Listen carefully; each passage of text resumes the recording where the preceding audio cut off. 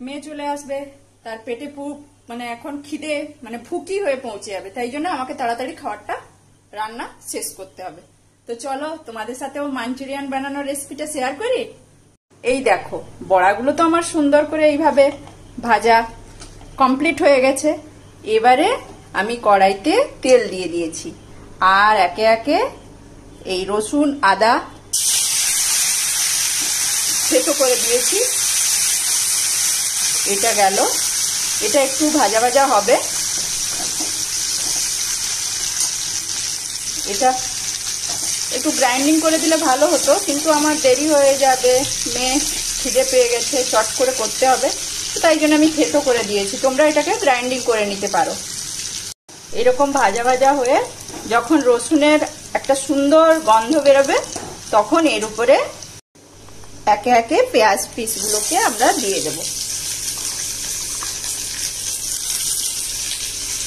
এক হাতে ক্যামেরা ধরে কাজ করতে না এমনিতেই কষ্ট হয়। সবগুলো পেঁয়াজ কুচিকে ভালো করে দিয়ে দিয়েছি। এগুলো সুন্দর করে আমি ভাজবো।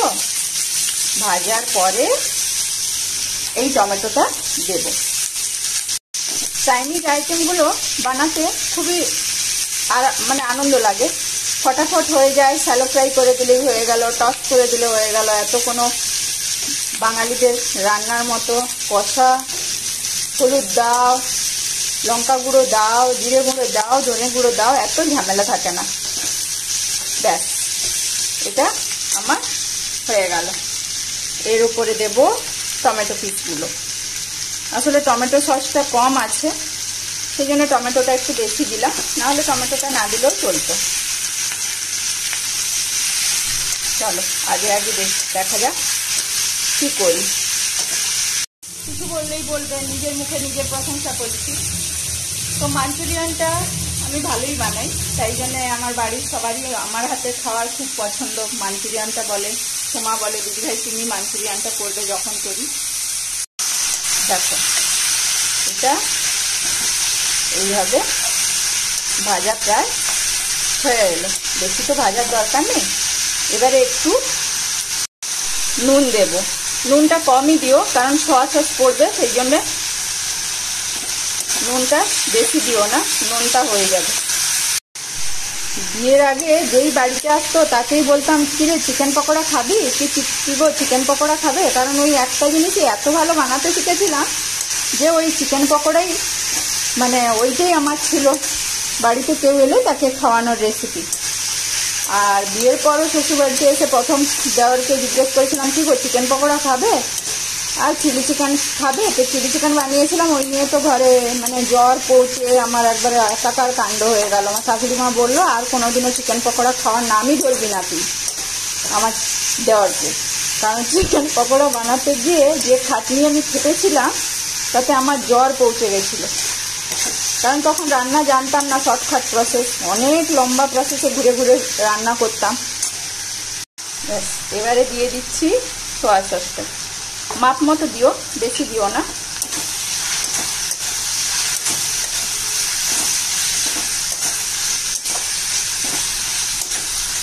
ব্যাস, এটা এইরকম ভাজা ভাজা হয়ে গেল। এবারে এখানে অ্যাড করতে হবে টমেটো কেচাপ। ও এইটাই তো সব থেকে ফেভারিট, এইটা একটু বেশি দিতে হয় কিন্তু।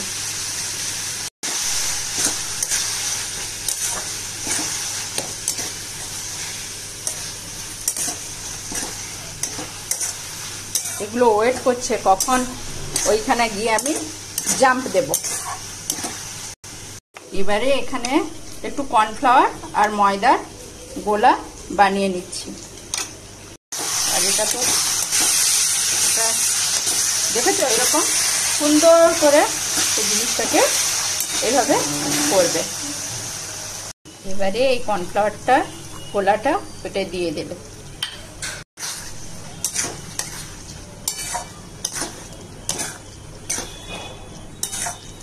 যদি কালার চাও তাহলে একটু কাশ্মীরি লঙ্কা গুঁড়ো দিতে পারো।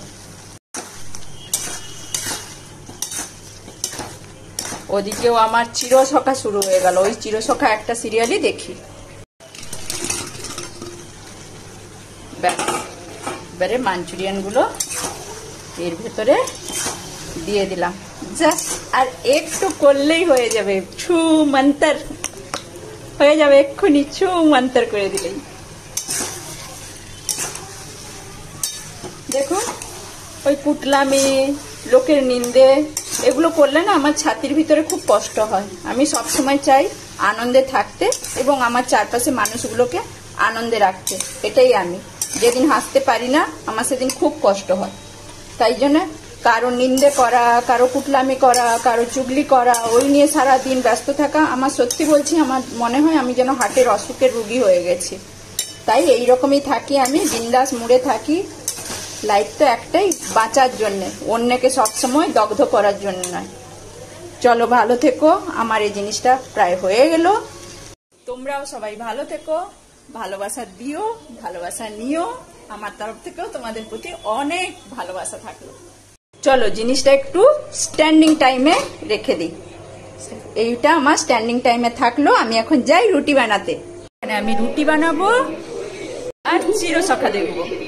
চলো বাই, গুড নাইট, ভালো থেকো সবাই, কাল আবার দেখা হবে।